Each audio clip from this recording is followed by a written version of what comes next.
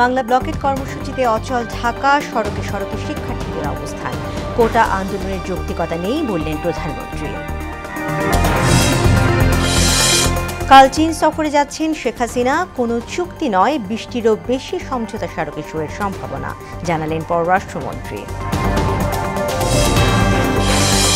বিএনপির 4 মহানগর কমিটি ঘোষণা, যুবদলের কমিটি আসতে পারে যে কোনো দিন। ত্যাগী ও পরীক্ষিতদের মূল্যায়ন চায় তৃণমূল। এবং ইতালি যাওয়ার সময় লিবিয়ায় জিম্মি মাদারীপুরের অর্ধশত যুবক। ভিটে মাটি বিক্রি করেও মিলছে না মুক্তি, দূতাবাসের সহায়তা কামনা।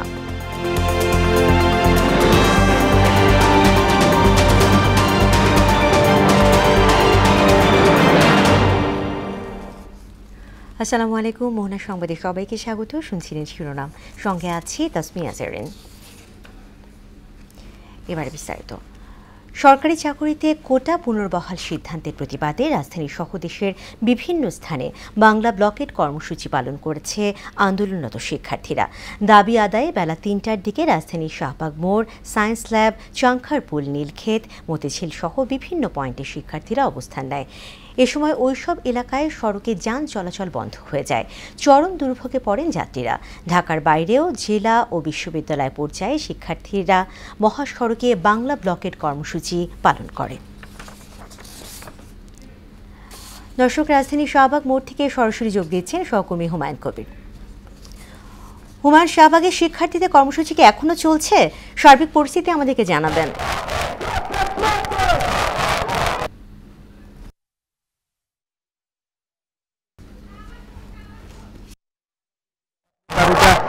বিশ্ববিদ্যালয়ের শিক্ষার্থীরা কিন্তু ঢাকা যে অর্থাৎ শাহবাগ মোড়ে কিন্তু অবস্থান নিয়েছেন। আমরা দেখেছি বিভিন্ন বিশ্ববিদ্যালয়ের শিক্ষার্থীরা কিন্তু এখানে এসেছেন, তাদের যে দাবি, যে প্রতিবাদ তারা কিন্তু জানাচ্ছেন। আমরা দেখেছি যে এখানে অর্থাৎ জাতীয় পতাকা সম্বলিত পতাকা কিন্তু হাতে নিয়ে কিন্তু বিভিন্ন শিক্ষার্থীরা এসেছেন। তারা বলছেন যে বাতিল করতে হবে, কিন্তু কোটা থাকার কারণে যে সরকারের যে চাকরিতে কিন্তু যারা মেধা সম্পন্ন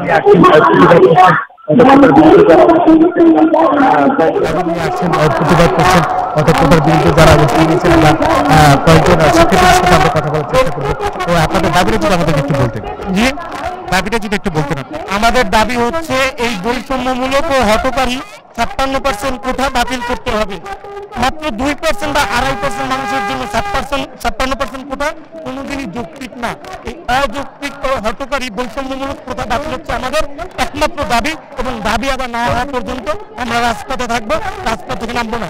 মাননীয় প্রধান বিচারপতি বলেছেন যে আন্দোলন করে নাকি তার আদালতের সিদ্ধান্ত পরিবর্তন হয় না, কিন্তু ঢাকা বিশ্ববিদ্যালয়ের ইতিহাস বলে ঢাকা বিশ্ববিদ্যালয়ের শিক্ষার্থীরা আন্দোলন করে এ যাবৎকাল তাদের দাবি আদায় করেছে। ঢাকা বিশ্ববিদ্যালয়ের শিক্ষার্থীরা আন্দোলন করে একটি দেশ স্বাধীন করেছে। এই কোটা প্রদান আমরা বাতিল করেই ছাড়বো ইনশাআল্লাহ। ধন্যবাদ। যে আপনাদের আজকে যে কর্মসূচি বাংলা যে ব্লকের সেটা কোন কোন জায়গায় অনুষ্ঠিত হচ্ছে একটু বলতে হবে। আজকে প্রায় সারা দেশেই বাংলা ব্লকের কর্মসূচি চলছে। শাহবাগ এখানে একটা কর্মসূচি হচ্ছে, এছাড়াও সায়েন্স ল্যাবে হচ্ছে, তারপর নীলক্ষেতে ঢাকাস্থ যে গুরুত্বপূর্ণ পয়েন্টগুলো রয়েছে এগুলোতে হচ্ছে, এবং এছাড়াও বিভিন্ন ইউনিভার্সিটি এবং বিভিন্ন জেলাতে সারা বাংলার সব জায়গায় বাংলা ব্লকের কর্মসূচি চলছে। দাবি আদায় না হওয়া পর্যন্ত আমরা রাজপথে থাকছি, রাজপথ কোনোভাবেই ছাড়ছি না। শিক্ষার্থীদের যৌক্তিক যে আন্দোলন রয়েছে এই আন্দোলনের পক্ষে আমি মনে করছি সারা বাংলার সকল ছাত্র সমাজ, প্রশাসন, সরকার সকলকে একমত হওয়া উচিত। ধন্যবাদ। জেরেন, আপনি শুনছেন যে তাদের যে দাবি দাবা সেটা কিন্তু জানাচ্ছেন। তারা বলছেন যে অর্থাৎ দাবি আদায় পুরো না হওয়া পর্যন্ত তারা কিন্তু এই কর্মসূচিগুলো চালিয়ে যাবে। এখানে আমরা দেখেছি যে শাহবাগ যে গুরুত্বপূর্ণ যে মোড়, এখানে কিন্তু যে শিক্ষার্থী যারা আছে তারা কিন্তু আন্দোলনের অর্থাৎ বিভিন্ন ধরনের গানের মাধ্যমে, কবিতার মাধ্যমে তাদের যে প্রতিবাদের যে ভাষা সেটা কিন্তু তারা জানিয়ে দিচ্ছে। তারা অর্থাৎ যে কোটা প্রথা যে অর্থাৎ বিলুপ্ত করার জন্য, কোটা বাতিলের জন্য তারা কিন্তু বারবার কিন্তু দাবি জানিয়েছে। এখানে অর্থাৎ অনেক শিক্ষার্থীরাও কিন্তু এখানে অবস্থান নিয়েছেন। এখানে তারা বলছেন যে তাদের দাবি পূরণ না হওয়া পর্যন্ত তারা কিন্তু রাজপথে তারা থাকবে, তারা অবস্থান নিয়ে রাজধানী সহ সারা দেশে কিন্তু কোটা দাবি নিয়ে বিভিন্ন বিশ্ববিদ্যালয়ের শিক্ষার্থীরা কিন্তু তাদের যে কর্মসূচি সেটা কিন্তু চালিয়ে যাচ্ছেন। এখানে কিছুক্ষণ পরে কিন্তু পরবর্তী যে কর্মসূচি সেটা কিন্তু ঘোষণা দেবেন। ঘোষণাগুলো আপনার মাধ্যমে দর্শকদেরকে জানিয়ে দেওয়া হবে। জেরিন, শাহবাগ থেকে ছিলেন আপনাদের সর্বশেষ। হুমায়ুন, আপনাকে ধন্যবাদ। পড়াশোনা বাদ দিয়ে আদালতের রায়ের বিরুদ্ধে ছেলেমেয়েদের কোটা বিরোধী আন্দোলনের কোনো যৌক্তিকতা নেই বলে মন্তব্য করেছেন প্রধানমন্ত্রী শেখ হাসিনা। সকালে গণভবনে বাংলাদেশ যুব মহিলা লীগের প্রতিষ্ঠাবার্ষিকী উপলক্ষে আয়োজিত আলোচনা সভায় তিনি আরও বলেন, আন্দোলন নিয়ে শিক্ষার্থীরা অযথা সময় নষ্ট করছে। প্রধানমন্ত্রী বলেন, বিএনপি জামায়াতের অত্যাচার নির্যাতন যেন আর ফিরে না আসে সে বিষয়ে সবাইকে সজাগ থাকতে হবে। বক্তব্যে নারীর ক্ষমতায়ন ও অগ্রগতিতে জাতির পিতা বঙ্গবন্ধু শেখ মুজিবুর রহমানের নেওয়া বিভিন্ন পদক্ষেপের কথা তুলে ধরেন সরকার প্রধান।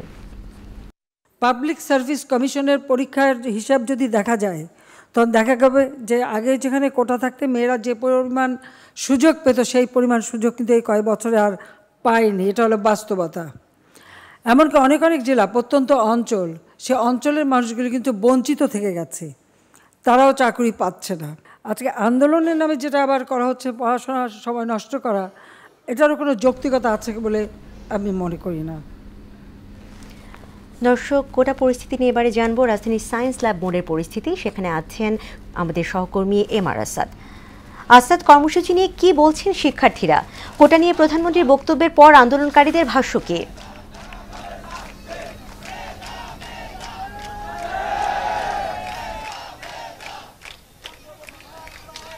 জেরিন, আজকের যে আন্দোলন সেটা কিন্তু একটু আজকের যে আন্দোলনের যে মাত্রাটা সেটা কিন্তু একটু ভিন্ন দিকে গিয়েছে। কারণ হচ্ছে যে আজকে যখন আমরা 3:20 দিকে শাহবাগের মোড়ে গিয়েছি, সেখানে কিন্তু ছাত্র আন্দোলনের যে কেন্দ্র সেটাকে ধরা হয়, সেখানে কিন্তু সেভাবে আমরা আন্দোলনকারীদেরকে দেখিনি। কিন্তু তুলনামূলকভাবে সায়েন্স ল্যাবের যে মোড়টি আমরা সেখানে দেখছি যে আজকে কিন্তু তুলনামূলকভাবে বিপুল পরিমাণ শিক্ষার্থীরা, বিশেষ করে এখানে কিন্তু ঢাকা কলেজের যে শিক্ষার্থীরা রয়েছেন, সিটি কলেজের শিক্ষার্থীরা রয়েছেন, এছাড়াও তৃতীয়মির কলেজের শিক্ষার্থীদের কিন্তু আধিক্য আমরা আজকে এখানে বেশি দেখতে পেয়েছি। এবং আজকের যে অন্যতম একটি বিষয় আসলে আন্দোলনে যোগ হয়েছে সেটি হচ্ছে যে মাননীয় প্রধানমন্ত্রী শেখ হাসিনা কিন্তু আজকে বলেছেন যে এই আন্দোলনকে অযৌক্তিক বলে উনি কিন্তু ঘোষণা করেছেন। এবং সেটি নিয়ে কিন্তু আমরা আজকে ছাত্র এখানে যে আন্দোলন করছেন শিক্ষার্থী, তাদের সঙ্গে আমরা একটু কথা বলছি। মাননীয় প্রধানমন্ত্রী আজকে বলেছেন যে এই যে কোটা বিরোধী যে আন্দোলনটি হচ্ছে সেটা আসলে অযৌক্তিক। এই বিষয়টা নিয়ে আপনারা যারা আন্দোলন করছেন আপনাদের মতামতটা আমরা জানতে চাইছিলাম। আমরা মনে করি এটা মোটেও অযৌক্তিক দাবি না। আমরা বৈষম্যের বিরুদ্ধে এসেছি। আমরা বলতে চাই 1971 সালে আমাদের বাংলাদেশ স্বাধীন হয়েছিল বৈষম্যের বিরুদ্ধে, কিন্তু স্বাধীন বাংলাদেশে আমাদেরকে বৈষম্যমূলক কোঠা দিয়ে আবার আমাদের উপর বৈষম্য চাপিয়ে দেওয়া হচ্ছে।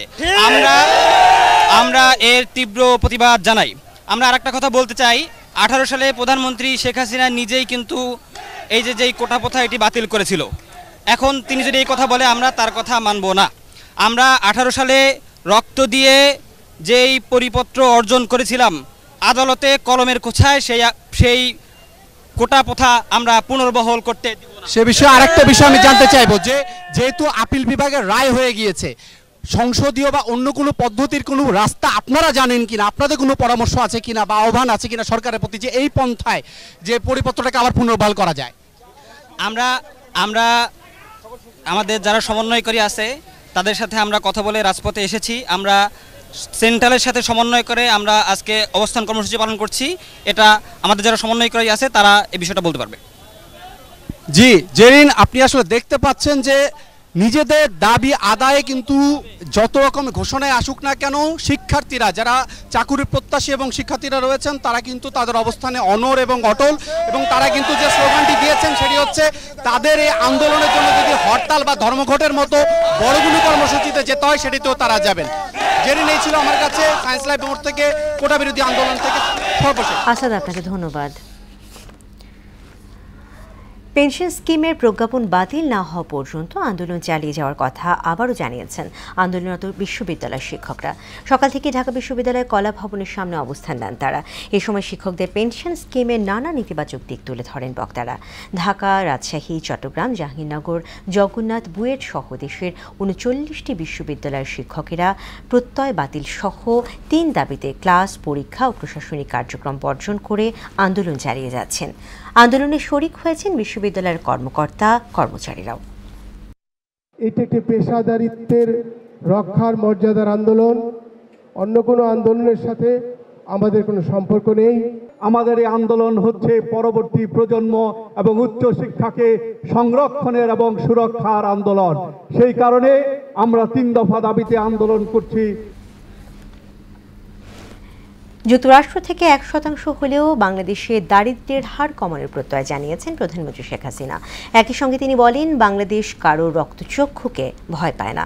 সকালে পিজিআরের 49তম প্রতিষ্ঠাবার্ষিকীর আয়োজনে যোগ দিয়ে প্রধানমন্ত্রী বলেন, তার জীবন অত্যন্ত ঝুঁকিপূর্ণ। এর মধ্যেও নিষ্ঠার সঙ্গে দায়িত্ব পালনে পিজিআরের প্রতি কৃতজ্ঞতা জানান তিনি। নাসিরুদ্দিনের রিপোর্ট। ধন্যবাদ। দেশের রাষ্ট্র ও সরকার প্রধানের পাশাপাশি সফরে আসা অতি গুরুত্বপূর্ণ ব্যক্তিদের নিরাপত্তা নিশ্চিত করে আসছে প্রেসিডেন্ট গার্ড রেজিমেন্ট পিজিআর। মাননীয় প্রধানমন্ত্রী 49তম প্রতিষ্ঠাবার্ষিকীর আয়োজনে যোগ দিতেই বাহিনীর সদর দপ্তরে যান প্রধানমন্ত্রী শেখ হাসিনা। উপস্থিত সবার সঙ্গে কুশল বিনিময় করেন তিনি। অনুষ্ঠানে শহীদ বীর গার্ডদের পরিবারের সদস্যদের হাতে রাষ্ট্রীয় অনুদান তুলে দেন সরকার প্রধান। দেশপ্রেম ও সততার সঙ্গে দায়িত্ব পালনে পিজিআর সদস্যদের প্রশংসা করেন তিনি। আমি জানি আমার জীবনটা অত্যন্ত ঝুঁকিপূর্ণ। এখানে যারা দায়িত্ব নিতে আসেন আসলে জীবনটাকে ঝুঁকি নিয়েই আসেন, সেই জন্য আমার সবসময় দোয়া থাকে। বঙ্গবন্ধুর হাতে গড়া সশস্ত্র বাহিনীর আধুনিকায়নে নেয়া পদক্ষেপ তুলে ধরে প্রধানমন্ত্রী বলেন, এ বাহিনী আর কখনো রক্তাক্ত হবে না। আসলে প্রতিটি বাহিনীকে কিন্তু আমরা ত্রিমুখী বাহিনী করে দিয়েছি, সব ধরনের সবাই যেন প্রস্তুত থাকতে পারে। বিমান বিধ্বংসী মিসাইল FM-90 যা বাংলাদেশকে আঞ্চলিক এক শক্তি হিসেবে মর্যাদা দিয়েছে। শেখ হাসিনা জানান, 2001 সালে দেশের সম্পদ বিক্রির মুচলেকা দেননি বলেই সরকার গঠন করা সম্ভব হয়নি। তবে 4 মেয়াদের ধারাবাহিকতায় বাংলাদেশ এখন বিশ্বের কাছে উন্নয়নের রোল মডেল। কমে এসেছে দারিদ্র্যের হার। আমরা দারিদ্র্যের হার যা 41.5% ছিল 2006, সেটা আমরা 18.7% নামিয়ে এনেছি। এই ইউক্রেন যুদ্ধ, স্যাংশন এসব যদি না হতো আর সারা বিশ্বব্যাপী মুদ্রাস্ফীতি না হতো, আমাদের লক্ষ্য ছিল যে এই সময়ের মধ্যে অন্ততভাবে আরও 2% কমাবো। কারণ যে বড় দেশ বলেছিল আমরা বাস্কেট কেস পাবো, সেখানে দারিদ্র্যের হার হলো 17%। তা আমি বলছিলাম যে 1% হলেও আমি কমাবো, যেন বলতে পারি যে বাস্কেট কেস না, দেখেন তো আপনাদের থেকে ভালো আছি। নিজস্ব অর্থায়নে পদ্মা সেতু নির্মাণের প্রসঙ্গ টেনে শেখ হাসিনা বলেন, খবরদারি করা বড় দেশগুলো বাংলাদেশকে সমীহ করে। কারো ওরকম রক্তচক্ষুতে আমরা ভয় পাই না। নাসির উদ্দিন, মোহনা সংবাদ, ঢাকা। 4 দিনের সফরে আগামীকাল চীন যাচ্ছেন প্রধানমন্ত্রী শেখ হাসিনা। সফরে 2 দেশের মধ্যে 20টি সমঝোতা স্মারক সই হওয়ার সম্ভাবনা রয়েছে। প্রধানমন্ত্রী সফর নিয়ে রোববার পররাষ্ট্র মন্ত্রণালয় আয়োজিত সংবাদ সম্মেলনে এ তথ্য জানান পররাষ্ট্রমন্ত্রী ডক্টর হাসান মাহমুদ। পররাষ্ট্রমন্ত্রী জানান, চীনের প্রধানমন্ত্রী লি কিয়াংয়ের আমন্ত্রণে প্রধানমন্ত্রী 8 থেকে 11 জুলাই বেইজিং সফর করবেন। প্রধানমন্ত্রীর সফরে প্রায় 20টির মতো সমঝোতা স্মারক সই হওয়ার সম্ভাবনা রয়েছে। প্রধানমন্ত্রীর সফরে কিছু প্রকল্প ঘোষণা করা হবে। ঢাকা মহানগর উত্তর, দক্ষিণ চট্টগ্রাম ও বরিশাল মহানগর বিএনপির আংশিক আহ্বায়ক কমিটি গঠন করা হয়েছে। দলের সিনিয়র যুগ্ম মহাসচিব রুহুল কবির রিজভী স্বাক্ষরিত এক সংবাদ বিজ্ঞপ্তিতে বলা হয়, যুবদলের সাবেক সভাপতি সাইফুল আলম নীরবকে আহ্বায়ক ও বিএনপির ক্রীড়া বিষয়ক সম্পাদক ফুটবলার আমিনুল হককে সদস্য সচিব করে দলের ঢাকা মহানগর উত্তরের 2 সদস্যের আংশিক আহ্বায়ক কমিটি গঠন করা হয়েছে। আর রফিকুল আলম মজনুকে আহ্বায়ক এবং সাবেক যুগ্ম আহ্বায়ক তানভীর আহমেদ রবিনকে সদস্য সচিব করে ঢাকা মহানগর দক্ষিণ বিএনপির 2 সদস্যের আংশিক আহ্বায়ক কমিটি গঠন করা হলো। এদিকে যে কোনো দিন ঘোষণা করা হতে পারে ঢাকা মহানগর উত্তর দক্ষিণ সহ যুবদলের পূর্ণাঙ্গ কেন্দ্রীয় কমিটি।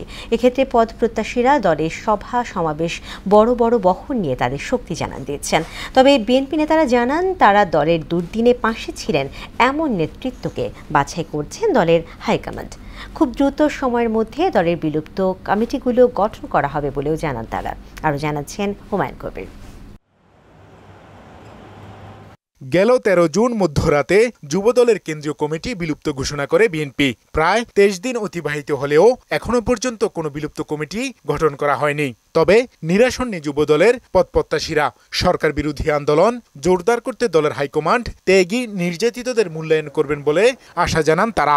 আন্দোলন সংক্রান্ত গতিশীল করতে পারবেন, ওই ধরনের বিগত দিনে করেছেন, ভবিষ্যতে করবেন, আমরা এই ব্যাপারে আশা করি। প্রিয় নেতা জনাব তারেক রহমানকে বাংলাদেশে ফিরিয়ে এনে আবার ওই জনগণের রাষ্ট্রকে জনগণের হাতে তুলে দিতে পারবে এরকম একটি সফল আন্দোলন পরিচালনা করার সক্ষমতা যাদের আছে, তাদেরকেই আগামী দিনে যুবদলের নেতৃত্বে বিবেচনা করা উচিত। যুবদলের গুরুত্বপূর্ণ পদে পদায়ন করা হলে দলের জন্য সর্বোচ্চ ত্যাগ স্বীকারে প্রস্তুত রয়েছেন বলেও জানান পদপ্রত্যাশীরা। রাজপথে থেকে যদি বেড়ে ওঠা কোনো কর্মীদের গুরুত্বপূর্ণ পদে যদি পদায়ন করা হয়, তবে আমি মনে করি যে তৃণমূল বা উচ্ছ্বসিত হয়, আন্দোলনের গতিশীলতা আরও বেড়ে যায়। দেশটাকে যে লুটপাট করছে তার বিরুদ্ধে প্রতিরোধ গড়ে তোলার প্রয়োজনে যে কোনো ধরনের ত্যাগ তিতিক্ষা বরণ করে নেওয়ার মানসিকতা আমাদের রয়েছে এবং আমাদের অতীত কর্মকাণ্ড সেটাই প্রমাণ করে। সাংগঠনিকভাবে দক্ষ দলের ত্যাগী ও নির্যাতিত নেতাদের মূল্যায়নের আশ্বাস দেন বিএনপি নেতারা। অবশ্যই পরীক্ষিত নেতৃত্ব আসা উচিত। দল সার্বিক দিক বিবেচনা করে আমাদের প্রিয় অভিভাবক দেশনায়ক তারেক রহমান সকল দিক বিবেচনা করে ইনশাআল্লাহ সিদ্ধান্ত দিবে। সবকিছু বিবেচনা করা হবে এবং বিগত সময়ে সাংগঠনিক কর্মকাণ্ড এবং আন্দোলন সংগ্রামের অংশগ্রহণ দুটোকে বিবেচনা করেই করবে আর কি, নতুন কমিটি দেওয়া হবে। যে কোনো সময় যুবদলের কমিটি ঘোষণা করা হবে বলেও জানান তারা। খুব শীঘ্রই দেওয়া হবে, দল চালাতে গেলে তো কমিটি দরকার। হুমায়ুন কবির, মোহনা সংবাদ, ঢাকা।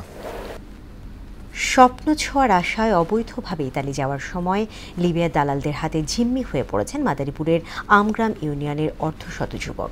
মোবাইলে অডিও বার্তা পাঠিয়ে দালালরা হাতিয়ে নিচ্ছে লাখ লাখ টাকা। ভিটেমাটি বিক্রি করে তাদের দাবি পূরণ করেও মিলছে না মুক্তি। তবে দূতাবাসের মাধ্যমে জিম্মিদের ফিরিয়ে আনতে পদক্ষেপ নেওয়ার কথা জানিয়েছে স্থানীয় প্রশাসন। মাদারীপুর প্রতিনিধি আরিফুর রহমানের তথ্যে আরও জানাচ্ছেন শারমিন স্বর্ণা।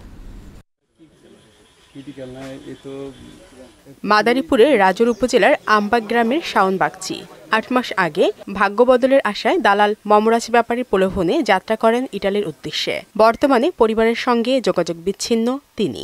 বেঁচে আছেন নাকি মারা গেছেন তাও জানে না পরিবার। একই অবস্থা গ্রামের রবিন মল্লিকের। দালালের আশ্বাসে ৫ মাস আগে ইটালি যাত্রায় বাড়ি ছেড়ে এখনও তিনি নিখোঁজ। শুধু শাওন আর রবিন নয়, অবৈধ পথে ইতালি যাবার সময় লিবিয়ার মাফিয়াদের হাতে জিম্মি মাদারীপুরের আমগ্রাম এলাকার অর্ধশত যুবক। নির্যাতন করে দালালরা হাতিয়ে নিচ্ছে লাখ লাখ টাকা। লিবিয়া পর্যন্ত নিয়ে দালালে কি করছে বলতে পারি না। 14 লাখের কন্ট্রাক্ট করে নিয়ে এর ভিতরে ধরা পড়া সব কিছু সারাবো আমার ভিতর। এখন নিজেরাই গিয়ে গেমে নয় যেতে আটকে গিয়ে রাখছে। আমার ছেলেরে আজকে 8 মাস যাবৎ খোঁজ নাই। এই মানবরূপী দানবদের দৃষ্টান্তমূলক শাস্তির দাবি জানিয়েছে স্বজন ও এলাকাবাসী। 3 মাসের কথা বলে 8 মাস যাবৎ, ঠিক আছে, তারা নেওয়ার পরে সে দালাল অনেক দিন যাবৎ টাকা পয়সা দেওয়ার পরে সে আমাদের সাথে কোনো কন্ট্যাক্ট করে না। ইতালি পাঠাবে আর কি, তখন ওনাদেরকে গেম দেওয়ার নাম করে যে গেম করে নিয়ে যাবে ওইখান থেকে ওনাদেরকে পাচার করে দিচ্ছে। প্রশাসন বলছে দূতাবাসের মাধ্যমে যুবকদের ফিরিয়ে আনতে পদক্ষেপ নেওয়া হবে। যারা ভুক্তভোগী রয়েছেন, ভুক্তভোগীর পরিবার যদি আমাদের থানায় এসে মামলা দায়ের করেন কিংবা কোর্টে বিজ্ঞ আদালতে মামলা দায়ের করেন, তাহলে আমরা তাদের বিরুদ্ধেও আমরা আইনগত ব্যবস্থা গ্রহণ করব। আর দালালদের শনাক্ত করে আইনের আওতায় আনার দাবি স্থানীয়দের। শারমিন স্বর্ণা, মোহনা সংবাদ। উজানে ঢল আর ভারী বৃষ্টিতে সৃষ্ট বন্যায় বিপর্যস্ত হয়ে পড়েছে উত্তর পশ্চিমাঞ্চলের 15টি জেলার মানুষের জনজীবন। গাইবান্ধায় ব্রহ্মপুত্র, যমুনা ও ঘাঘট নদীর পানি বেড়ে নিচু এলাকা তলিয়ে গেছে। পানিবন্দী হয়ে পড়েছে কয়েক হাজার মানুষ। সিরাজগঞ্জে যমুনা নদীর পানি বিপদসীমা অতিক্রম করেছে। এতে সদর উপজেলা, কাজীপুর, বেলকুচি ও শাহজাদপুরের মানুষ পানিবন্দী দিন কাটাচ্ছে। ব্রহ্মপুত্র নদীর পানি বেড়ে শেরপুরে কয়েকটি স্থানে ভাঙন দেখা দিয়েছে। আর তিস্তা নদীর পানি বেড়ে লালমনিরহাটে শহরাঞ্চলে পানিবন্দী হয়ে পড়েছে অন্তত 20,000 পরিবার। খেলার খবর, ফুটবল। ইউরো চ্যাম্পিয়নশিপের কোয়ার্টার ফাইনাল শেষে ফ্রান্স, নেদারল্যান্ডস, স্পেন ও ইংল্যান্ড নিয়ে এবার শুরু হতে যাচ্ছে সেমিফাইনাল পর্ব। বাংলাদেশ সময় 9 জুলাই মঙ্গলবার রাত 1টায় জার্মানির মিউনিখে প্রথম সেমিফাইনালে মুখোমুখি হবে 2 সাবেক ইউরো ও বিশ্ব চ্যাম্পিয়ন ফ্রান্স ও স্পেন। বুধবার 10 জুলাই রাত 1টায় ডর্টমুন্ডে দ্বিতীয় ও শেষ সেমিফাইনালে লড়বে নেদারল্যান্ডস ও ইংল্যান্ড।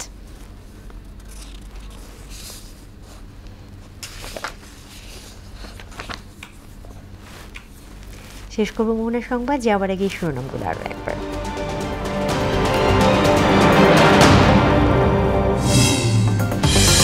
বাংলা ব্লকেট কর্মসূচিতে অচল ঢাকা।